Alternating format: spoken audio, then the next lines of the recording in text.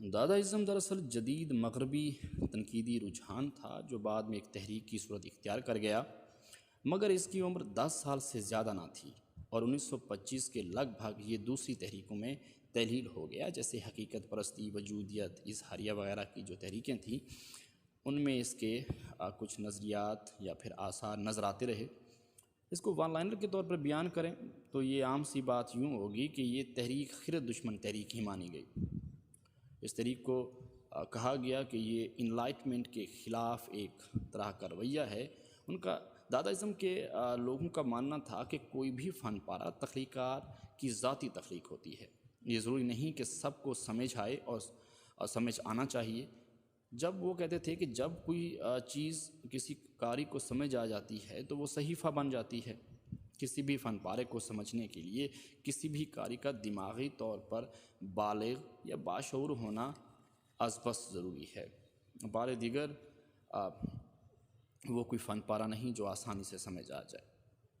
اور اس تحریک کو علی العموم انلائٹمنٹ یعنی خرد دشمن ہی سمجھا گیا۔ اس کے علاوہ کسی نے بھی درخور اعتنا نہیں مانا، سوائے اس کے کہ اس کا لفظ دادا کے مختلف زبانوں میں نہیں ڈھونڈے جائیں۔ کوئی بھی اس کی اصل روح تک نہیں پہنچ پایا، جس کی وجہ سے یہ تحریک آخر کم دام توڑ گئی اور ایک طرح سے یہ ناواقفیت کی موت مری۔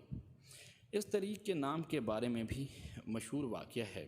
اس تحریک کے روح رواں یعنی جینارپ رچرڈسن اور مارشل جیکو ایمی اور ٹرسٹن زارا جو تحریک کے جو روح رواں تھے، انہوں نے ایک فیصلہ کیا کہ ہم ایک فرانسیسی ڈکشنری کو لٹکا دیتے ہیں اور اس پر چاقو مارتے ہیں، اور چاقو جس لفظ پر لگا وہی ہمارے خیالات، نظریات یا پھر منشور اس کا نمائندہ بن جائے گا۔ تو ایسا ہی کیا گیا، چاقو مارا گیا اور چاقو لفظ ڈاڈا یعنی کہ DADA پہ جا کے لگا۔ تو انہوں نے اسی وقت یہ طے کیا کہ آج کے بعد ہمارے ان خیالات کے نمائندے کے طور پر جس تحریک کو یاد کیا جائے گا اس کو لفظ ڈاڈا سے ہی ظاہر کیا جائے گا۔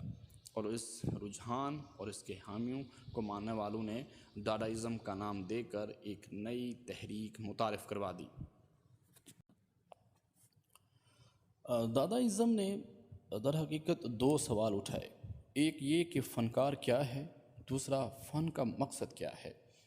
دادائزم نے جواب دیا کہ یہ ایک موقع ہے کہ وہ معیار اور مرکزی فنکارانہ دھاروں کو چیلنج کرنے کا موقع ہے، خاص طور پر جدیدیت، اظہار پرستی، مستقبل اور تجریدی پرستی کے خلاف۔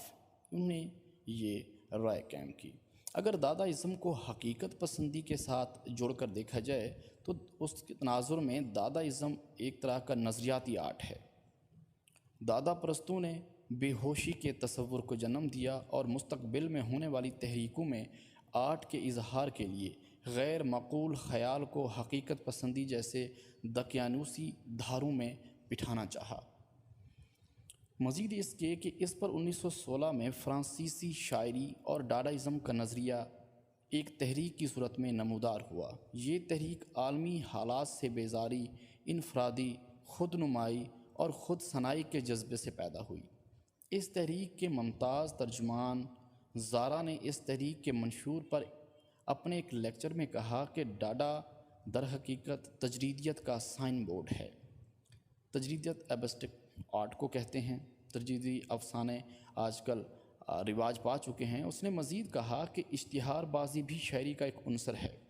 ڈاڈائزم کی بنیاد انکار اور روایت شکنی کے تحت پیدا ہونے والی بیزاری پر تھی، چنانچہ ڈاڈا شاعروں نے ہر چیز سے بیزاری کا اظہار کیا اور اس کی معنویت اور افادیت سے انکار کیا۔ ڈاڈا تحریک بظاہر فلسفے کی نفی تھی، لیکن اس کی بنیاد بھی ایک فلسفے پر ہی استوار تھی، یعنی زندگی کے اعمال کا نہ تو کوئی آغاز ہے اور نہ ہی کوئی اختتام، ہر چیز احمقانہ طریقے سے وجود میں آتی ہے، اس لیے تمام چیزیں یکساں ہیں۔ ڈاڈا تحریک کا آغاز کسی آرٹ کا آغاز نہیں تھا بلکہ ایک برگشتگی کا آغاز تھا جس نے تیزی کے ساتھ نوجوان ادیبوں کو محصور کر لیا۔